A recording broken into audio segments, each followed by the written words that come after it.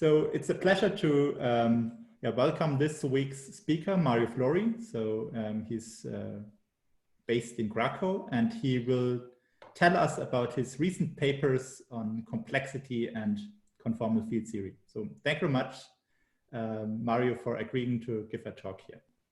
So, okay, thanks, Martin, for the introduction. As you said, I'm currently in Krakow, but actually towards the end of the year, I'm supposed to start at IFT. So that's something that I'm very much looking forward to, and then to meeting all the people there in person also.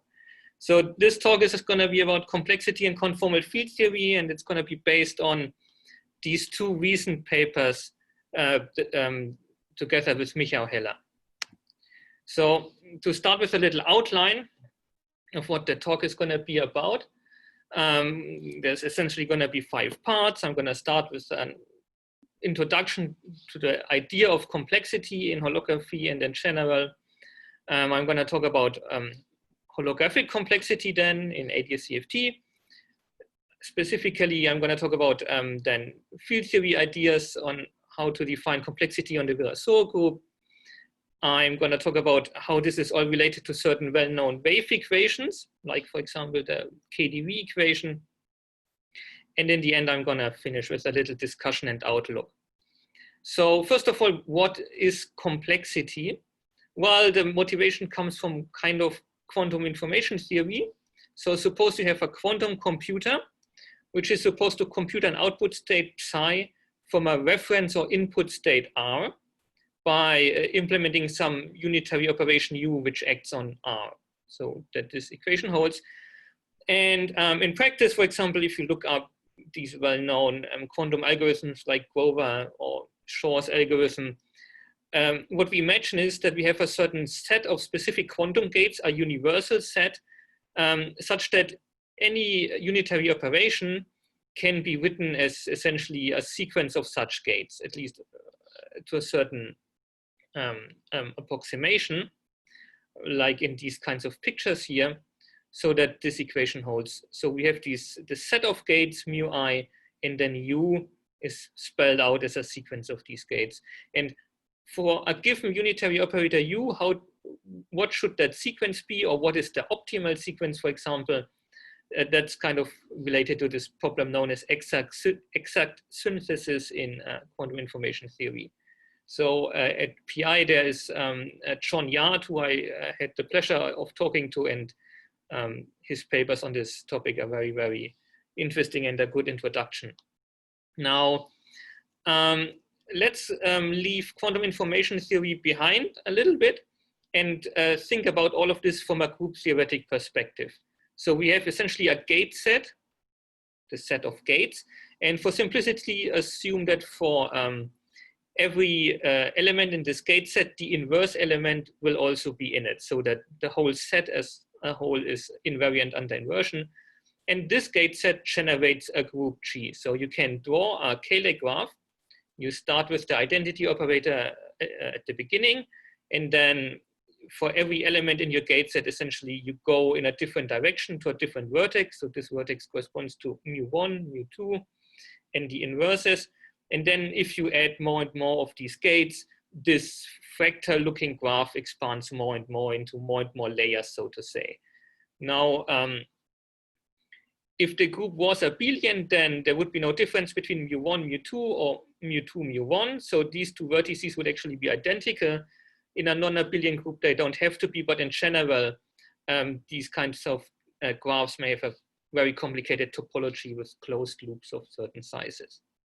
And then if you have a certain group element U in this group, capital G, essentially you want to find the path in this graph that brings you from the identity to this vertex that corresponds to this operator. And this is related to the word problem. So instead of thinking about quantum information theory and quantum computers, which may be a bit complicated, I suggest that instead you think about the Rubik's Cube, which probably most of the listeners have had in their hands at some point in their life. The size of the group corresponding to this thing is pretty large, which means that each group element essentially corresponds to a different state that this mixed state that this cube can be in. and you see it's like 10 to the power 19, but this entire group can be generated by a rather simple set. For example, the cube has 6 sides. So for each side, you can define the rotation by 90-degree clockwise and counterclockwise to be in the gate set. So the gate set just has 12 elements, and this is enough to generate the entire group. And as big as this group is, it's known by now that any such scrambled cube can be solved in 26 steps or less. So there are algorithms that tell you how to do this. And this kind of suggests that if you have such a group theoretic problem, you can define a notion of complexity of a group element or of the state of a system that is kind of characterized by this group. So coming back to quantum information theory, we're interested in a finitely generated group, capital G, generated by this gate set, which is embedded into SUN, capital N here. So for example, if you assume you have X number of qubits, then you would have SUN where N equals 2 to the power X. And now you define the so-called gate complexity of an operator U. C of U is the minimal number of quantum gates that it takes that have to be used in order to implement this operator U, at least possibly up to some error tolerance. Yeah, okay, sorry. Similarly, if you have a certain state psi, you can define the complexity of the state psi with respect to a reference state or input state R, C of psi and R, is the minimal complexity of any operator U that maps the one to the other. So you minimize the complexities of all U's such that this equation holds. And here we have this kind of little idea how this kind of Cayley graph may be embedded into this smooth Lie group manifold in some kind of fractal way.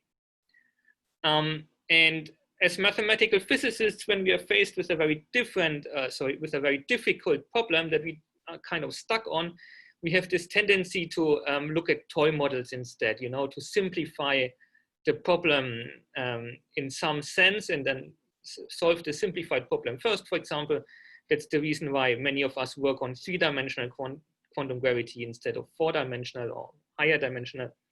And similarly, instead of dealing with these group theoretic issues, there was this idea, going back to Nielsen, that you can simplify your life if you apply the tools of smooth geometry, specifically Finsler geometry, to it.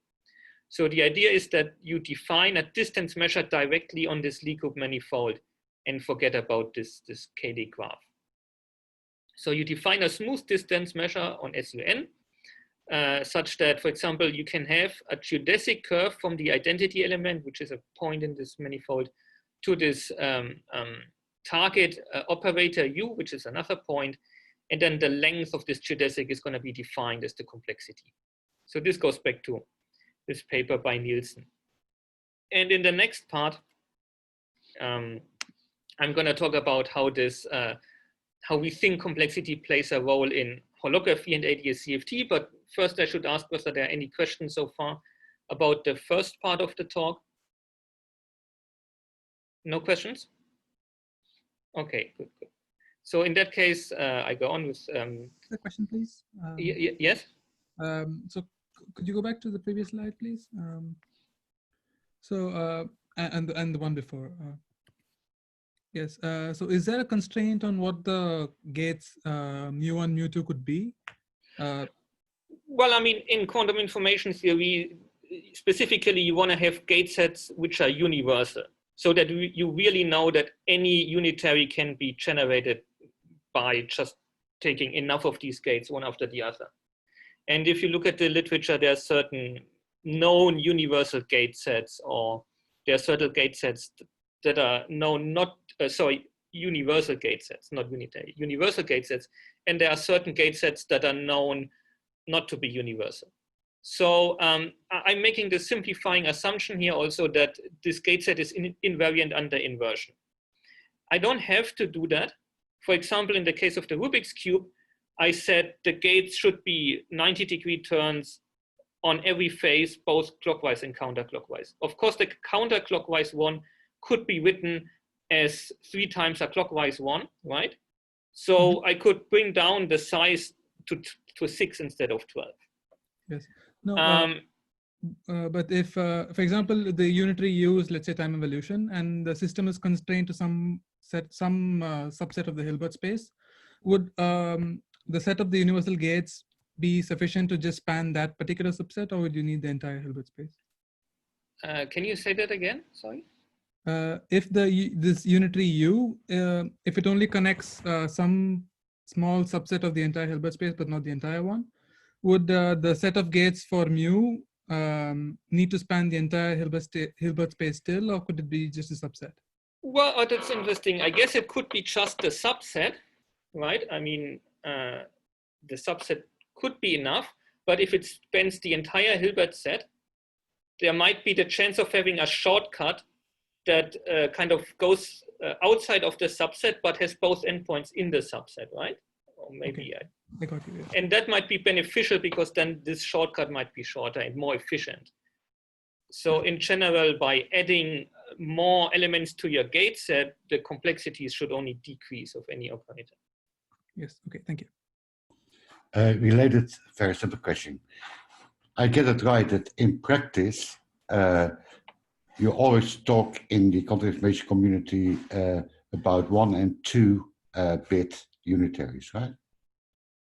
Okay, yeah. Right, it's a practical thing because when you go to, you know, many bit unitaries, you can go a lot faster, right? And when you have only 1 and 2 bit operations. I get it right, just question. Yeah, I imagine that would be beneficial.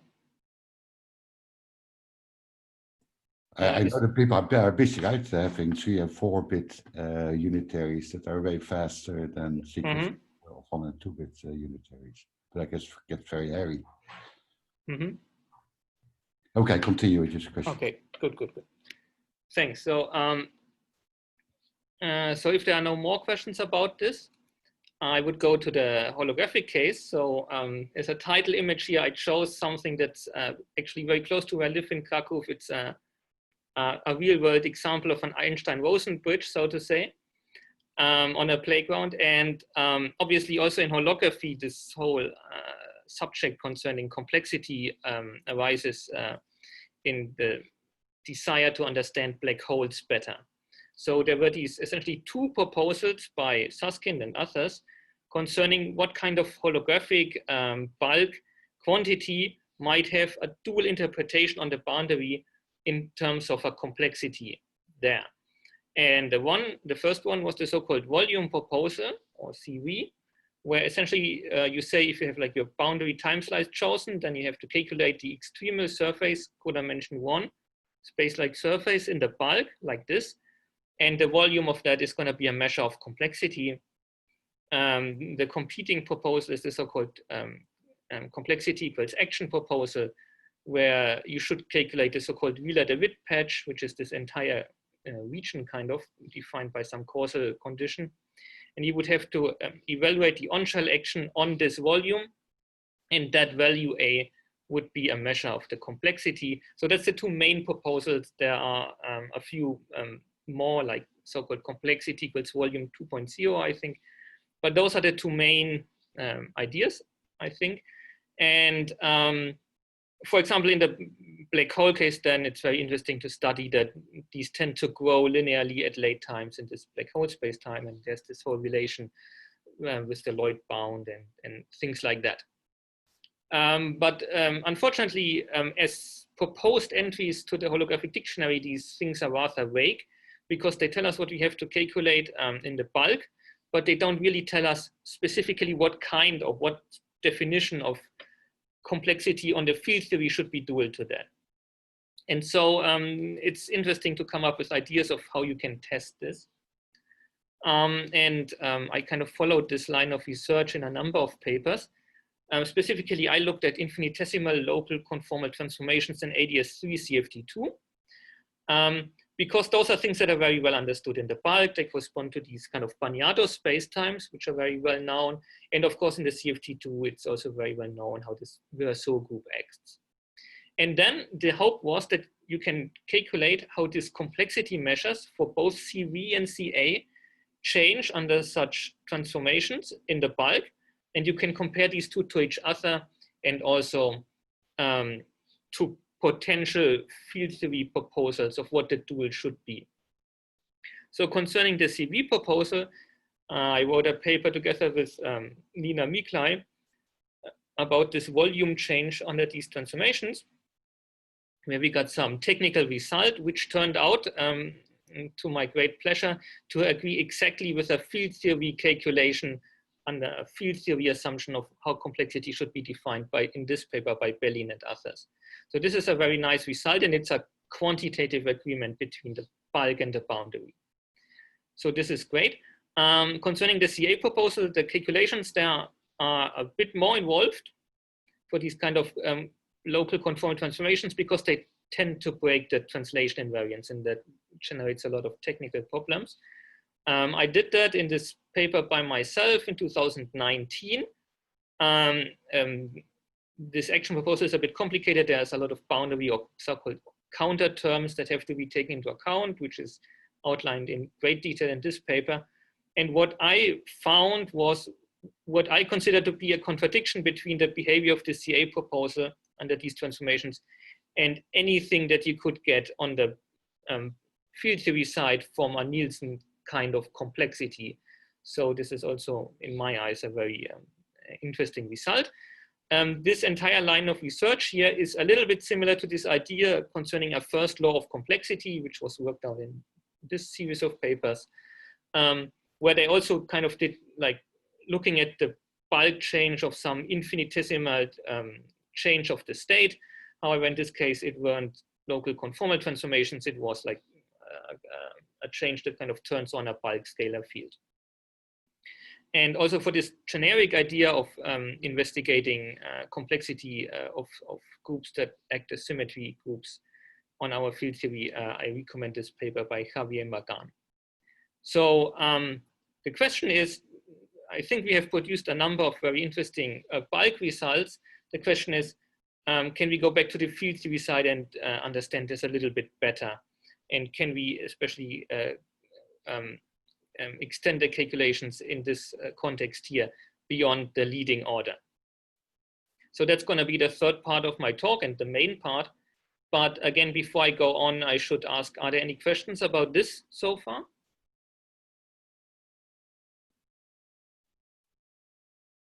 No questions? Good. So in that case, the third part of the talk is going to be called Complexity on the Virasoro group, or as an alternative title, you might call it Geodesic Motion in Infinite Dimensions. So first of all, I need to get a little bit of technical notation and such like out of the way. So we're going to focus on the field theory side of ADS3, CFT2, and transformations within the Virasoro group. So technically in a CFT2, we have two copies, but we are only going to focus on one copy, following the outlines of this that were also presented in this paper by Caputa and Magan, and also this thesis by Obla. So we are going to look at the orientation preserving diffeomorphisms on the circle. So sigma is like an angular coordinate, which is periodic with period 2 pi. And F is kind of a map that maps sigma to F of sigma, satisfying this kind of periodicity condition. And to make it orientation preserving, we require, and also to make it invertible, we require that F prime should have a definite sign, namely the positive sign. And then group operations are just written like this. You know, if I have F1, F2, it means that I apply F1 to F2. The inverse of a group element is literally the inverse function, and the identity element is just this kind of identity map. So this is kind of simple. In the case of the Virasoro group, we actually have to take into account a central extension. So every group element becomes this kind of two-component object where we have some kind of real numbers here. And then the group operation has this form where the in this real number component, the Bott co-cycle shows up. But mostly we are gonna kind of ignore this central extension. Having said that, we kind of want to have a representation for this. So in the CFT2, we assume that we are dealing with circuits on this group So that means we have paths on the group manifold which are parameterized by some kind of parameter tau. So we write these circuits as a function f of tau and sigma. Remember that tau is a parameter along this path on the group. So for any choice of tau, tau equals 0, tau equals 1, I get essentially a map f of 0 sigma, f of 1 sigma, and this map as a function of sigma is going to be a map of the circuit to itself. That's just the notation here. So we write a unitary operator that kind of implements such a transformation in this form where we define this generator Q, and you can work out what this generator Q is. And as is well known, it turns out to be related to the energy momentum tensor. In this case, like we have one component. And here the function that shows up, epsilon of tau and sigma, is related to this path of the circuit, f of tau and sigma, via this relation. And again, as I said, for the moment, we ignore this central extension. So this is well known. It's used a lot also in the paper by Pavel and Javier. And the next step is that we look at circuits kind of in the space of states. So following this paper again by Caputo and Magani, and also a very recent one by Johanna Erdmenger and others, we assume this kind of circuit U of tau acts on a reference state such that we get a tau dependent state psi of tau according to this formula. And this reference state we just choose as a kind of a energy eigenstate of the CFT2 with a higher dimension h. So R is in this usual notation, the state h. And instead of this operator Q defined on the previous slide, we introduce a Q tilde, which is written like this. And then just as a technical result, it's spelled out like this. The important thing is that essentially this function epsilon is replaced here by this very curious combination f dot over f prime, which will play a role throughout the talk. So you should remember this.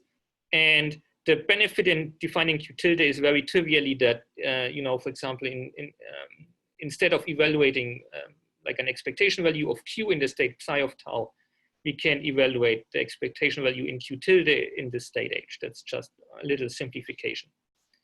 So having said that, we can define and calculate the so-called Fubini-Study metric, or in this case, it's identical to the fidelity susceptibility. So we have our state psi of tau. And if we kind of calculate the overlap between psi of tau and psi of tau plus d tau for an infinitesimal step, and we expand it in d tau, we universally get this kind of expansion here because of the absolute value here. The first order term in d tau vanishes. The second order term has this interpretation of the fidelity susceptibility or Fubini-Study metric in this case.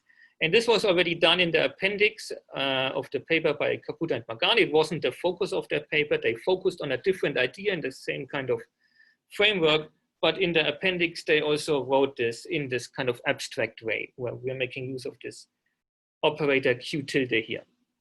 And now our first goal is to, in a sense, evaluate this in a more concrete form. So for that, we have to do some technical calculations. If you plug in the definition of Q tilde, we get this kind of expression where we have a 2-point function of t, which we can look up in the state h to have this form. And that brings us to this explicit expression for the Fubini-Study metric or the Fubini-Study cost. And I apologize that the previous few slides were a bit technical, but I kind of needed to set up the whole framework and notation. But if you kind of switch to another tab in your browser and are scrolling through Facebook right now, I would invite you to come back now, because this is the most central and important equation essentially in the whole talk, because this is what we are talking about for the rest now. So you get this Fubini-Study cost for such a circuit, f of tau and sigma.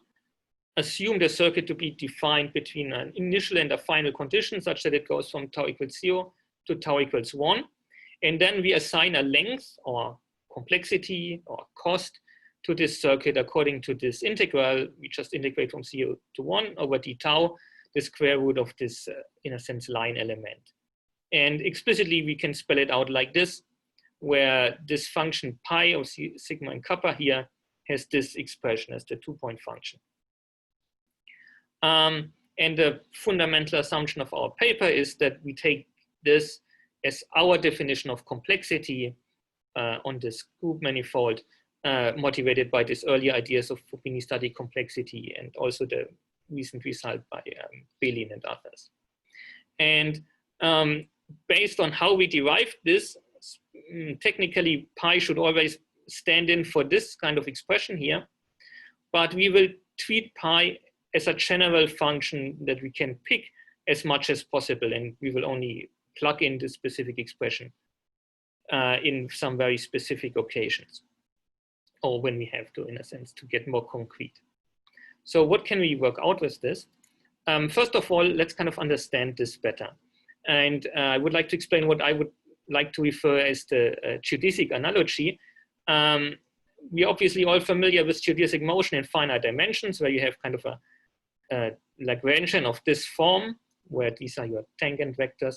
And this, what we wrote down here, very nicely corresponds to a geodesic motion in infinite dimensions. So to say, if you just replace discrete indices running from 1 to the number of dimensions by continuous coordinates sigma and kappa, such that, you know, a summation over indices, which is left implicit here according to Einstein's convention, is replaced by an integral over sigma or kappa.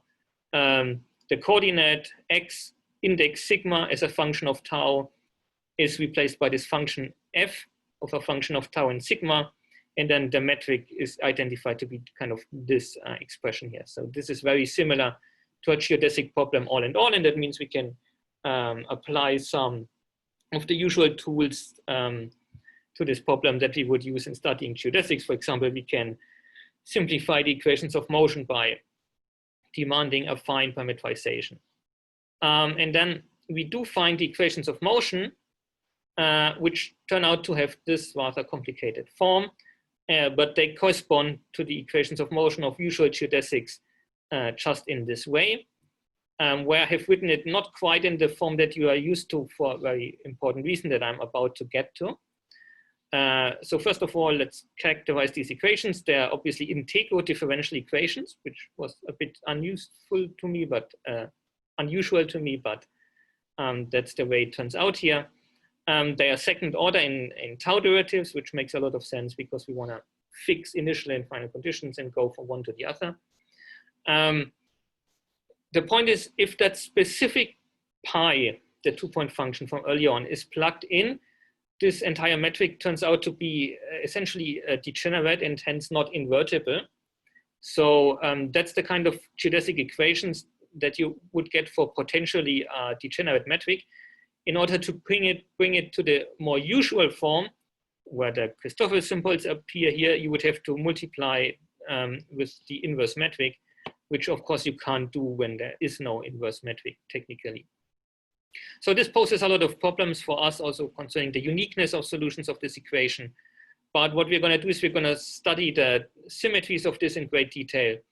And then we will resolve this problem in what I think is a relatively elegant way by employing these symmetries of the system. So having said that, there's one thing that plays a role, specifically if we choose pi in this form, which is the problem that obviously when sigma equals kappa, which can happen in this integral, you're going to get a pole. And hence this kind of diverges and you get an infinite result. So we need to find a way to regularize this expression in order to make it well defined and you know, give it a finite value. And of course, there's different ways how you could do that. You could add an I epsilon here and then expand in epsilon. For us in practice, what turns out to be the most convenient way to deal with these poles is differential regularization. So what we do is we write down this expression here and we imagine that this kernel here can be written as a function with a more mild pole on which derivatives act. And then kind of assuming that this integral should have a finite value, we can assume that we should be able to do integration by parts and let these derivatives act on these test functions here instead of the kernel. And then what we end up with is this function here, which has still a pole at sigma equals kappa, but a more milder one that can be kind of integrated over. And instead of this test function here, we get this kind of test function with the derivatives acting on it. And this then can be given a finite result, which we essentially define to be the result of this expression when we write it down. This is what we mean when we write this down. And so this has a lot of consequences. On the one hand, it's very convenient because that way it's in contrast to other regularization methods you could try. We still get results that are manifestly real. And in some cases, this can even be evaluated analytically, which is very useful. And this differential regularization is what's responsible for the degeneracy of the metric. So because for some f's, this whole expression here, which is like the inner product of the norm of the tangent vector, can be 0. For example, suppose f dot over f prime, this combination that shows up everywhere, is constant. In that case, obviously, all these derivatives acting on it are going to give 0, and then you're going to get 0 here for any value of c and h. More specifically, if you set h equals to 0, then if f dot over f prime happens to be something like sine of sigma plus a constant phase shift, could be cosine of sigma 2. Oh, sorry. Okay, this is wrong then. I shouldn't have copied this from the previous line. I'm sorry. But essentially, this whole expression here in the square brackets, that still vanishes because essentially it's like an ODE that the sine function happens to satisfy. But the individual expression here is not vanishing. I'm sorry.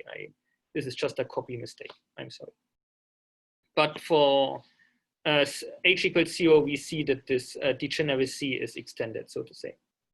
And this is related to the subgroups of the Virasoro group that are generated only by this Virasoro generator L0 for general C and H, and L0 and L plus minus 1 for H equals to 0 specifically in this case. And those are the ones that, if they act on this reference state H, which would be the vacuum state in this specific case, they only change it by a complex phase. And in these complexity studies, it's generally assumed that operators that only generate a complex phase when acting on the reference state should not be assigned any complexity cost, because we kind of don't care about phases like this. So what we find is that the degeneracy is actually a useful feature of this model, because it automatically means that operations that just generate a complex phase will be assigned 0 complexity cost, which is unlike, for example, the models that were studied in this paper by Johanna, where they talked a lot about such operators being assigned a complexity value. So this is actually very interesting, and I think it's a feature rather than a bug of this whole construction, but we should understand it better. And that leads us to the study of the symmetries of the system. It has actually a lot of symmetries, like transformations that you can show. The Lagrangian is left invariant by, and then you can use Noether's procedure to derive the conserved charges. This is just one of the symmetries of the system. Specifically, you can shift this kind of coordinate sigma in such a way everything stays the same. And then you get this conserved quantity here. Now, suppose we are working with the specific example of pi, where we have to use differential regularization. So pi is written as derivatives acting on something else. And then we use integration by parts, and we get a del kappa derivative that acts essentially on nothing, or just on the factor 1. So clearly, this charge identically vanishes in this case for any circuit. And that kind of suggests that this is a gauge symmetry then. So, I mean, it's a U1 symmetry because it's a shift along a circle. And then it's a gauge symmetry because this charge vanishes. And in fact, you can show if f of tau and sigma is a solution to the equations of motion that I showed you earlier on, then in this kind of situation, any f of tau and sigma plus alpha of tau will also be a solution of the equations of motion for any function alpha of tau. So precisely this is this U1 gauge symmetry. And essentially we need to find a way to fix this gauge symmetry. So essentially you can imagine the space of maps in such a way that you have like a base space and circular fibers. And then you can have, let's say, a geodesic from an initial condition to a final condition that moves in the space. But as you go from the end point to the final, from the starting point to the end point, essentially you can just wiggle your position around this circle any way you want. And because this circle is a null direction, it's not gonna change the length of the overall curve. So in terms of this distance measure, nothing changes, and that's related to these gauge transformations. And fixing these, in a sense, fixing a gauge addresses the degeneracy of the metric, because essentially we are just working then in the base space, and allows for unique solutions to these equations of motion, as you would expect for this case h equals to 0. When this degeneracy of the metric is enlarged, you will also find an enlarged gauge symmetry with a PSL2R gauge invariance. So having said that, there's a number of issues that we have also discussed in our paper, which probably I thought I wouldn't have time to discuss here. So specifically, we talked about geodesics and the curvature. I showed you the equations of motion earlier on. Certainly, they are not trivial. They are not easy to solve in general. So we studied how you could approach them, how you could try to find solutions, how you could deal with the problem of degeneracy and the fact that there's the inverse metric isn't is missing or isn't defined. One thing specifically that we worked out were iterative solutions. So essentially, we start with a start point and an end point that are very close to each other by an epsilon. And then you know that locally every space looks flat. So in that case, the geodesic is just a linear interpolation between the one map and the other. And then we make this difference bigger, and we, in a sense, take into account subleading orders in this difference epsilon of the two functions. And that way we can analytically construct iterative approximate solutions. And that's enough to study geodesic triangles. So here, for example, we calculate geodesics that go from this identity map f of sigma equals sigma to the map f of sigma equals sigma plus epsilon times sine of sigma, where epsilon is supposed to be small. So that's the parameter in which we do this iteration. Or alternatively, we can go to a different map that reads f of sigma is sigma plus epsilon of sine of 2 sigma. That's kind of a different geodesic. And we can also calculate the geodesics between these two endpoints. And then there's all kinds of things we can study. For example, we can study the angles in the corners of this geodesic, infinitesimally small geodesic triangle. And usually the sum of the angles should be pi. Yes, pi. Because for small triangles, because locally the space should look flat, and in flat space triangles have a sum of angles equal to pi. And then as we make the triangle larger, we see that the sum of the angles starts to deviate from pi. And that gives us a clue about the sectional curvatures. Specifically, we see that if we take into account the next orders in epsilon, the corrections will be positive. And that kind of corresponds to a positive curvature. For example, like on the globe, you can construct a triangle where each corner is a 90-degree angle, and hence the sum of the angles is much greater than pi. So this is a sign of positive sectional curvature. We can also kind of study how the difference between points along these two curves grows as a function of the affine parameter along these curves. Again, on a flat space, we would expect it to go linearly, just because geodesics are straight lines, and then the difference between them, the distance between them grows linearly. On a positively curved space, where geodesics tend to be focused, we would expect the growth to be sublinear. And on a negatively curved space, where geodesics tend to be defocused, we would expect this growth to be more than linear. And in fact, what we find here again is that taking into account the next higher orders in epsilon, it's going to be sublinear. So again, this in a sense corresponds to a positive sectional curvature. I should say in this specific tangent plane spanned by these geodesics here. So geodesic triangles are a good way to kind of probe the sectional curvatures in certain tangent planes. But you can also, with a little bit more effort, you can also calculate them in general. And then what we found is that, in a sense, in most tangent planes, the sectional curvatures will be negative. And this is, in fact, a very important result, and it's qualitatively important for the understanding of such complexity models. For example, in the holographic context, this was discussed in this paper by Brown, that generically you would expect these complexity geodesics to have to behave like they're in a negatively curved space. That's kind of related to the sensitivity to the initial conditions of the geodesic problem and chaotic behavior of complexity. So that's in a sense the geometric aspect of this whole thing.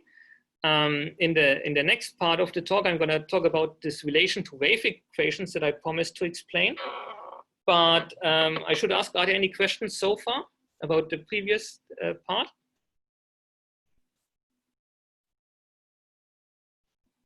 No questions about part 3? Oh, sorry, I have a question about page 23, Mario.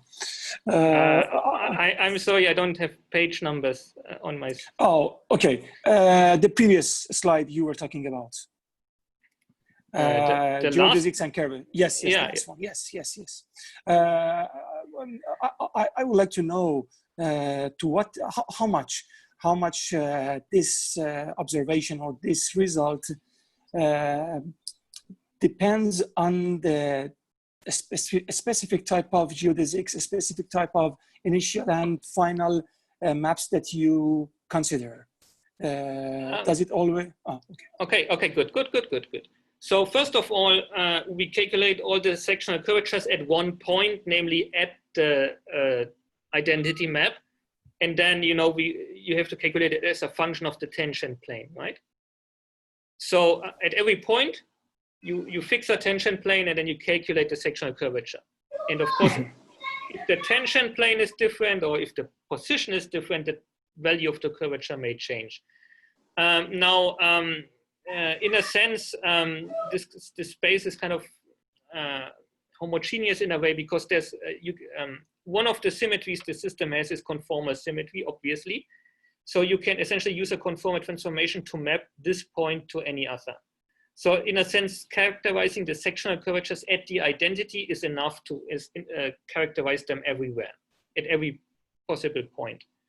And then essentially what we do is we define a basis, an orthogonal basis, and then for each combination of two possible basis vectors, we calculate the sectional curvature. That's kind of an infinite number of curvatures. And what we show is that it seems that generically you will only have, it depends on the value of h, and the larger h gets, the more positive sectional curvatures you get. But generically, there will always be an infinite number of negative curvatures, and only a finite number of positive ones. So in a sense, negative curvatures are the norm or usual. We have more information about that in the longer paper, where we have like a table where you can see it. Does that answer the question? Yes, thanks. Good. Any more questions about this part of the talk? Good. So then the last non-trivial part is about these relations to wave equations that I promised to explain. So partial differential equations on the Virasoro group, or the group of diffeomorphisms, if you ignore the central extension, can be derived as Euler-Arnold type equations. What we mean by that is that, there's this whole kind of a field of mathematics founded by Arnold, where you take Lie groups and you define a right or left invariant inner product on the Virasoro algebra, and you take that product to define essentially something like the kinetic energy of a geodesic curve. Like it gives you the Lagrangian from which you can define geodesic equations of motion. And so, for example, on this Virasoro group, here, this Kesin and Wendt is a very nice textbook. And for example, on the Virasoro group, you can write an inner product of this form where, technically on the Virasoro, you have these two component objects. So you get a inner product of these first components and the inner product of the second components. And you can pick something simple like this, where you have an integral over sigma here. The prime is a derivative with respect to sigma. Alpha and beta are just parameters. And then you can show that this leads to equations of motion of this form. And you may wonder, what does this V and W mean? Well, compared to this notation that I introduced earlier, V takes the role of the epsilon of tau and sigma. Remember, epsilon of tau and sigma, depending on the circuit, was defined via this equation. Epsilon of tau and F is F dot.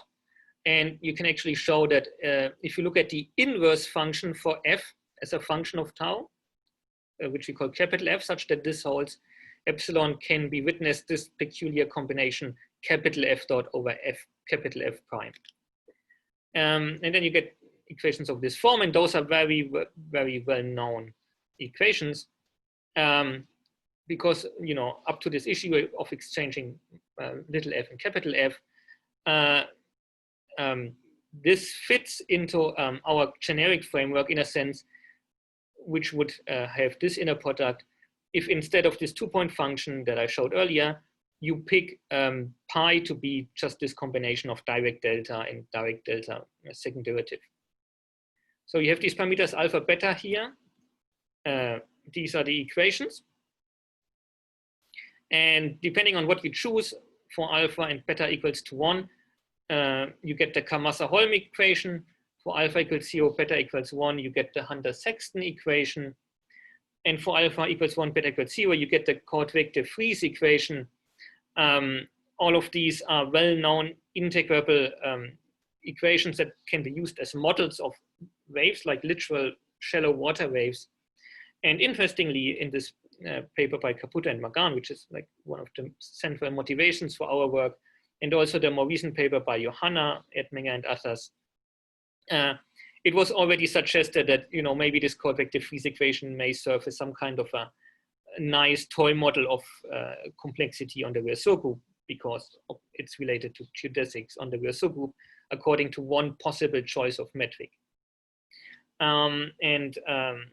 In a sense, our work gives credence to this idea because on a very general kind of way, via this identification, our work fits into this context as well. But it also, I think it helps to understand which questions you should ask before kind of picking the Korteweg-de Vries equation or one of these others or a completely different one as a complexity model. So you might want to ask yourself along the lines of our paper, like what kind of complexity is defined by such equations? For example, is there like a specific physically plausible case where we get exactly this as a two-point function for a certain choice of operator, generator, and state, instead of this more general two-point function that I showed earlier on for the operator Q tilde and the state H? Which of these equations of motion are the most, well, are the best or are the most realistic in a sense? These papers looked at Korteweg-de Vries, which is arguably the simplest and most well-known of these three. But remember what an important role this differential regularization played in our model, and the need for differential regularization led to a degeneracy of the metric, which led to gauge invariance, and which led to this idea that our framework very elegantly avoids assigning complexity cost to operators that only generate a complex phase. So in this paper by Johanna, it was pointed out that the Korteweg-de Vries equation is interesting, but you kind of assign a cost to a phase, and that's still not what naively most people who work on complexity think is kind of plausible. So based on the intuition that we gained from our project, we would suggest to look at the Hunter-Saxton equation instead, which is only this term. And as you see, there's this double prime here. So this is going to have essentially the same kind of degeneracy as our model would have for h not equal to 0. So from that point of view, I think our work suggests that the Hunter-Saxton equation would be a more realistic model of complexity, or at least it would be a model more similar to the one that we studied. And obviously geometry is very important. I talked about geodesics and sectional curvatures. The mathematical literature about equations of this type is very well developed. And there's a lot of results from the mathematical literature that you may want to map over to the complexity kind of context of framework. For example, I mean, exact solutions would be good to have. Understanding the curvature and the sign of it would be good. One interesting thing that happens when you study these kind of distance measures is that you want to understand whether there will be conjugate points, which is kind of when instead of one geodesic, the distance is defined by another one, which becomes the leading one, or the global minimum all of a sudden, instead of just being a local minimum before. And another interesting question is actually geodesic completeness. So as an example, I can discuss all of this in the context of the Hunter-Saxton equation. There's a very nice paper by Lennels from 2007, which studies in great detail the geometry that's underlying this kind of equation, or that comes from this kind of inner product. And what they showed is that, first of all, you get a constant positive curvature,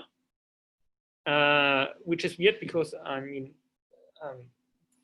based on our holographic intuition, we would prefer negative ones, or we would consider that more realistic.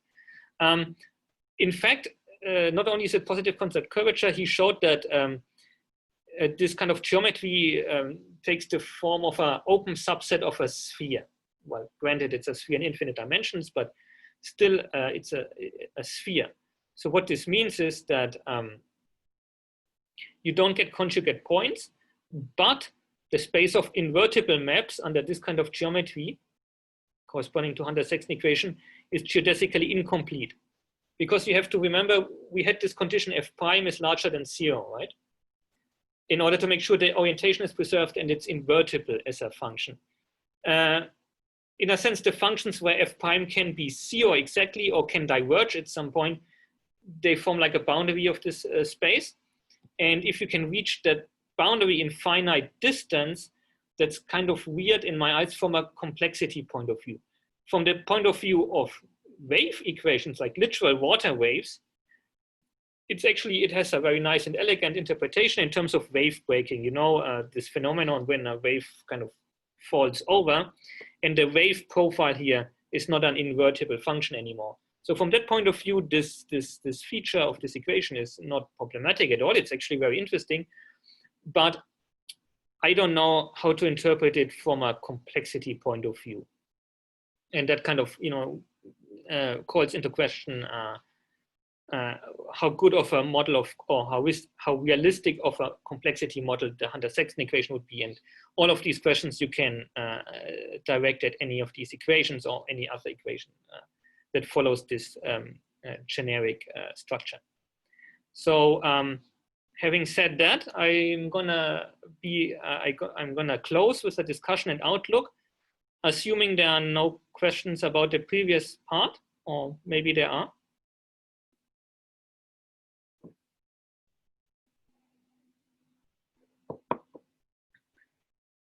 No questions? Good. In this case, discussion and outlook is going to be very quick. So here I summarized these two papers by myself and Michael Heller, one short one and one longer one that we put out this year, where we studied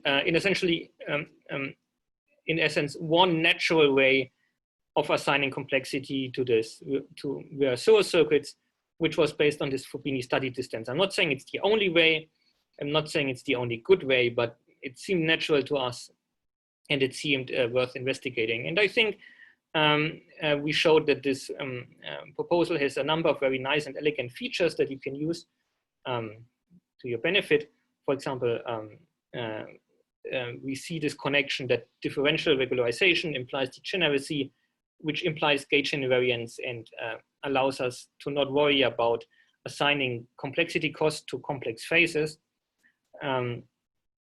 We discussed in practice how you would go about solving these equations of motion, which I think is a very interesting thing to do, because these complexity proposals are supposed to be all about like which kind of curve is the shortest one and such like. So I think it's important not just to write down some cost function or action and say, oh, this is very elegant, this is very beautiful, and now the paper is finished.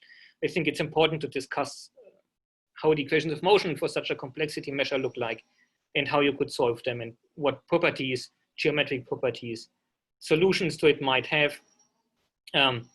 Like in this case, we showed that the geometry is mostly qualitatively influenced by mostly negative sectional curvatures. And then obviously this idea of Euler-Arnold equations had been brought up before in papers by Pavle and Javier and Johanna. In a sense, our framework naturally ties into this. And in fact, suggests a number of equations that are interesting to study and that you might want to ask yourself before deciding to pick, KdV equation because it's the most well-known or the most simple. Concerning, like how does this kind of the inner product arise? In what kind of context might that happen physically? What features will these inner products have for the geodesics, the geometry, conjugate points, and also the issue of geodesic completeness? So with that in mind, I'm finishing my talk. Thank you very much for the attention.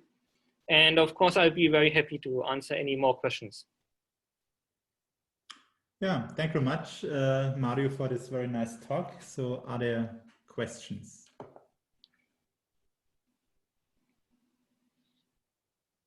Okay, can I have a Martin? Yes, please. Oh, okay. Thanks for the talk. My question is about the positive sign of curvature that you were talking about.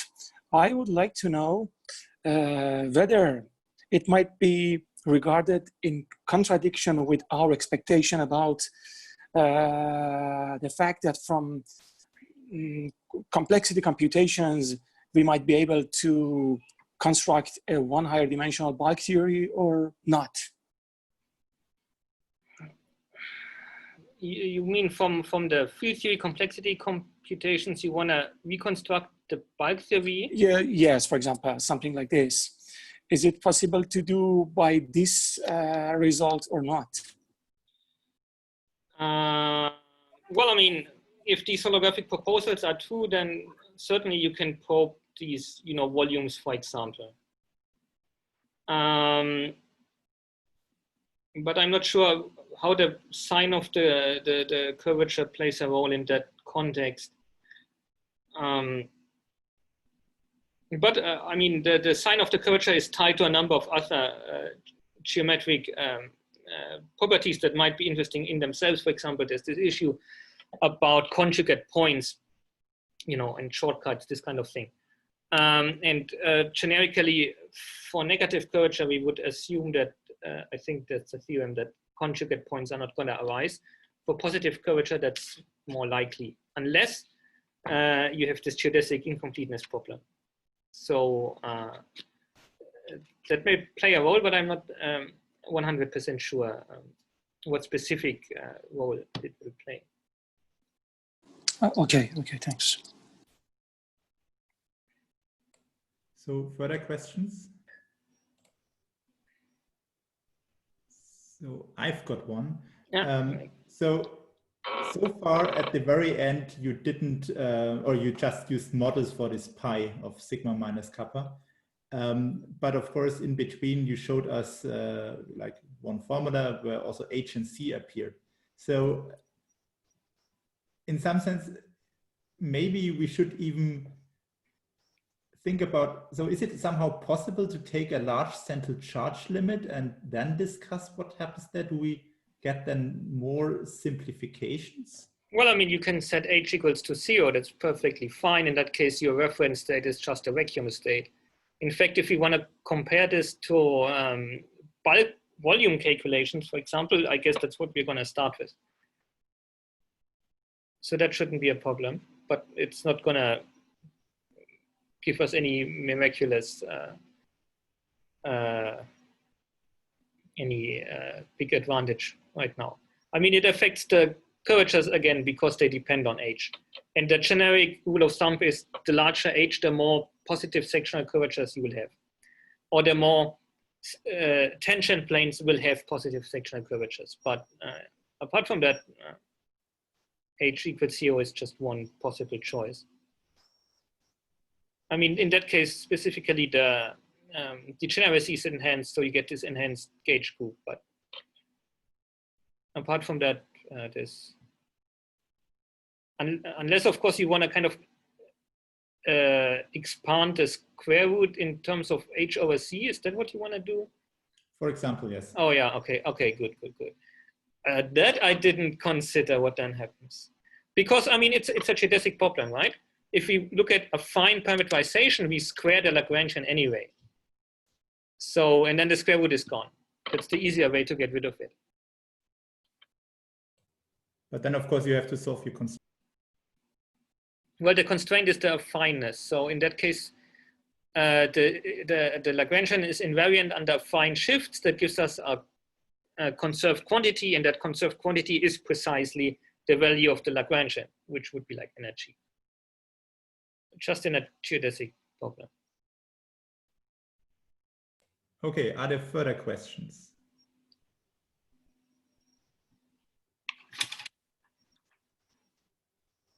So that seems to be not the case. Then thank you very much, Mario, for this nice talk again. And thanks for the invitation.